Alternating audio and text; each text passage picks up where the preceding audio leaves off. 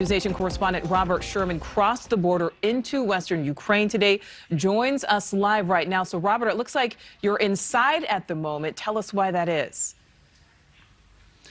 Well, Nichole, here in this portion of Ukraine where we are, there are curfews that are in effect that strictly state that nobody's allowed to be out on the streets. Lights have to be out outside. That goes to show the tensions that have risen here in the country of Ukraine as Russia's army continues to push forward. Day 6 in Russia's invasion of Ukraine began with a massive blow to Ukraine's fight for freedom, as Russia stepped up its attack on the country's second largest city, Kharkiv. Today, a Russian missile strike targeted a large administrative building in Kharkiv's Freedom Square. The explosion creating a huge fireball, causing massive destruction and blowing out windows in nearby buildings. At least 7 people were killed. Today's attack raising fears that Russia is using more powerful weapons on civilian areas, including a school left in ruins after fighting between Russian and Ukrainian forces. The UN estimates at least 400 civilians have been killed so far in Ukraine. Meanwhile, the relentless fight for Kyiv continues. Russian forces blew a television tower in Ukraine's capital. Smoke rises from the tower adjacent to a Holocaust memorial, marking the spot where Nazis shot and killed more than 70,000 Jews. At least 5 people were killed in today's attack. Ukrainian officials say it could impact television broadcasts. The latest satellite images show a massive Russian convoy, 40 miles long, headed straight for Ukraine's capital. Russian tanks and armored vehicles advancing on Kyiv in an astonishing show of force, waging what Ukraine's President Zelenskyy calls a, quote, campaign of terror along the way, including an attack on a Ukrainian artillery base outside Kyiv. New video shows the aftermath where more than 70 Ukrainian soldiers were killed. Russian troops moving south toward Kyiv face a steadfast yet undermanned Ukraine military. South of Kyiv, Russia takes the southern Ukraine city of Kherson. Russian soldiers wearing armbands now patrol the once Ukrainian-held city. Every person from 18 to 60 need to come to the recruiting center to join the army. So this is total mobilization. Ukrainians are not deterred. New video shows men lining up to join Ukraine's territorial defense force. This as civilians, old and young, men and women, take their protests over the unprovoked attack to the streets, fighting back and throwing themselves on the ground, blocking the path of Russian military vehicles through the city of Melitopol today. And most Ukrainians that we speak with remain optimistic, but there is a lot of anxiety in the air here. To this point, over 600,000 Ukrainians have fled the country for neighboring European nations. That number is expected to continue to rise. Nichole? Yeah, certainly will. Robert, we appreciate your reporting there. We're going to check back with you in about 30 minutes. Amid another day of explosions across Ukraine, taking cover in nearby bomb shelters becoming a daily task, especially in major cities. And that's exactly what happened to our Joe Fetterman reporting live for us in Kyiv.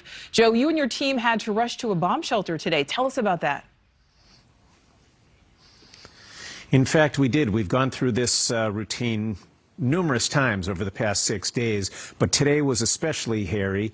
We received a warning just a few minutes before the missile attack that you referred to earlier.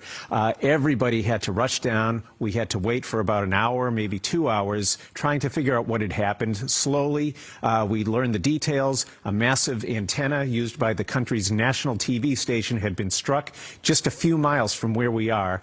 And not too long ago, just in the past hour or so, 4 more large booms. We're not sure what was hit, but it was enough to shake the compound where we're staying. So really a sense of a dread, a sense that the walls are closing in on this city.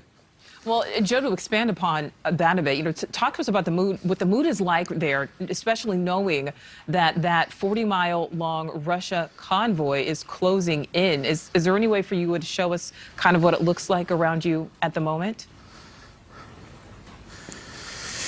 Absolutely. we've talked about this over the past few days, just how tense the feeling is in this city. Well, it got kicked up to a new level today. As this convoy approaches, the sense of dread that you feel and that you see, you go out, the streets are really absolutely deserted. The only thing you see are security forces manning the corners and so forth, keeping an eye on things. We tried to we had to do an errand, a supply run today, and our cars were stopped just in a couple of miles, stopped 3 times on a short errand at various checkpoints. So very little signs, very few signs of life on the streets right now, except security forces and checkpoints, and very quiet. Giving us such an important perspective there. Joe Fetterman, we certainly appreciate you and your team. Please stay safe out there. Thank you. Well, when President Biden addresses the nation tonight in his first State of the Union address, there is one thing his Ukrainian counterpart is hoping to hear: a strong condemnation of Russian aggression in Eastern Europe. Ukraine's president speaking via video to the European Commission earlier today, saying his country is not only fighting for itself, but for freedom around the world. White House correspondent Allison Harris joins us live. So, Allison, on top of addressing the EU, President Zelenskyy also gave an interview from his bunker today. He did, Nicole, and let me tell you, the global condemnation for Russia just keeps piling on. President Biden and Ukrainian President Zelenskyy speaking over the phone earlier this afternoon, talking about the sanctions against Russia as well as sustained defense aid for Ukraine. Hi, guys. In a new interview, Ukrainian President Zelenskyy is urging President Biden to deliver a strong message at tonight's State of the Union. And Zelenskyy is discussing what went wrong in peace talks yesterday between Russia and Ukraine. In order to sit down, one cannot sit down when planes are flying over and bombardment is going on. We are for dialogue, yes, but the least that must happen is the bombardment of people must stop. Zelenskyy making an impassioned declaration to the European Union today, saying Ukrainians are both fighting for survival and to be equal members of Europe. A translator breaking down while sharing his words. This is the price of freedom. We are fighting just for our land and for our freedom. European leaders say the continent is facing existential threat in the face of increasingly volatile Russian President Putin.